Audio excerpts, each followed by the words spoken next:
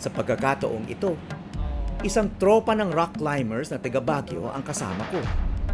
Ang tag-ulan ay hindi raw tamang panahon para tumungo sa ilog ng Ambong Dolan sa Tublay, Benguet. Ngunit isa ito sa mga nasa bucket list ko at maaring hindi ko na mararating kung maghihintay pa ako. Gano'ng katagal na kayo nagpupunta rito? Around more than 20 years. 20 years na. Yes. Bike, climb, or ano lang.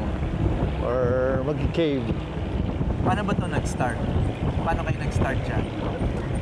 Noo. Bali yung caving kasi talaga hindi nadayo dyan sa Ambong doon. Cave, may Yes. caves naman.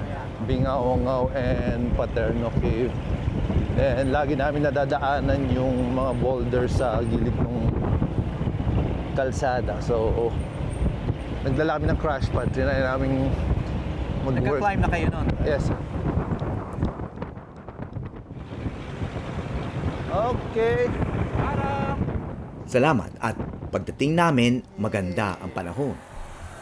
Let's go down.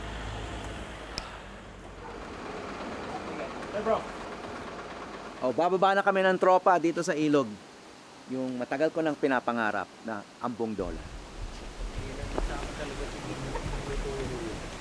Tawag dito crash pads. Kaya nilalatag yan sa ilalim ng mga climber para kung mahulog, kasama yun sa sport na to, ay iwas serious injury. Pero may dahilan kung bakit ito ay tinatawag na extreme sport. Kasi nangangailangan nga ng ganito.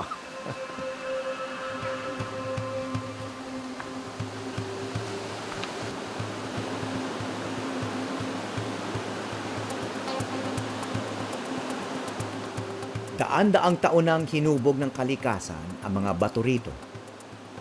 Dahil sa patuloy na pag-ulan at pagbabago ng klima, nabuo ang iba't ibang hugis at bitak na pwedeng hawakan o patungan ng paa. Kaya halos bawat bato ay may sariling hamon at ruta na sinusubukang akyatin ng bouldering enthusiasts. Kasama ko ang isang grupo ng mga bihasang climber na sanay ng akyatin ang mga batong ito.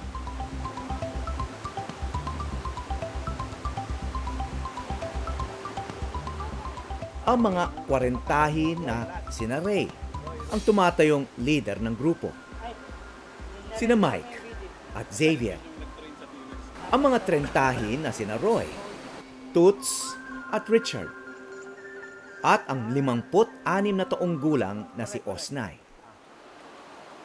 Bago ko sinubukang akyatin ang batong ito, ipinakita muna sa akin ng tanging babae sa grupo na si Toots ang tamang mga hakbang.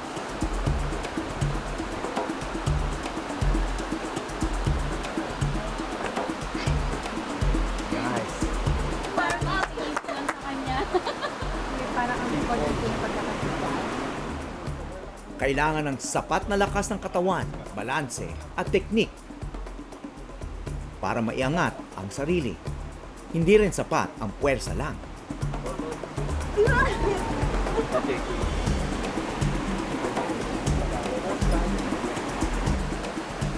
Sa ilang bahagi ng bato, maliit na uka lang ang maaring kapitan. Kailangan pag-aralan kung saan ilalagay ang mga paa at kung saan pinakaligtas humawak. Minsan, mga dulo lang ng mga daliri ang umaalalay sa bigat ng buong katawan. Kung titingnan, simple lang para kay Toots ang pag-akyat mula sa ilalim ng bato. At gamit ang mga tamang estilo, madali siyang naka-ascend o nakarating sa tuktok nito. Mukhang mahirap ah.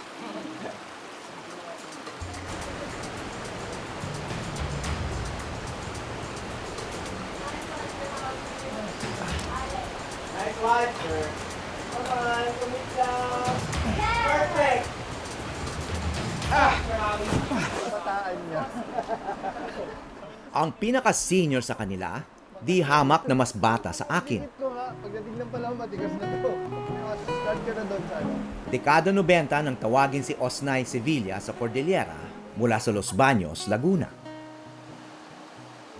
lumipat ka rito galing sa Patag. Ako? Kumbaga, you're a born lowlander, di ba?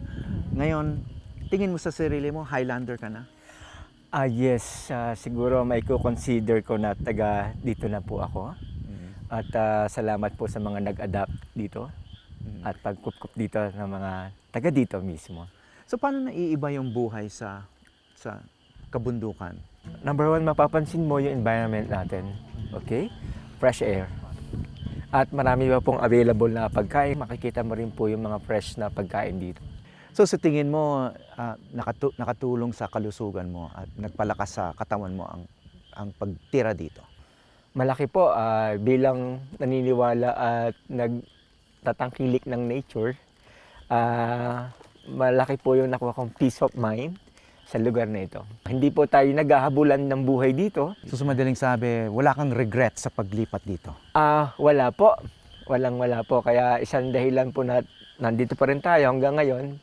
Since 90s, yung pong na-experience natin at binibigay ng lugar para sa'yo.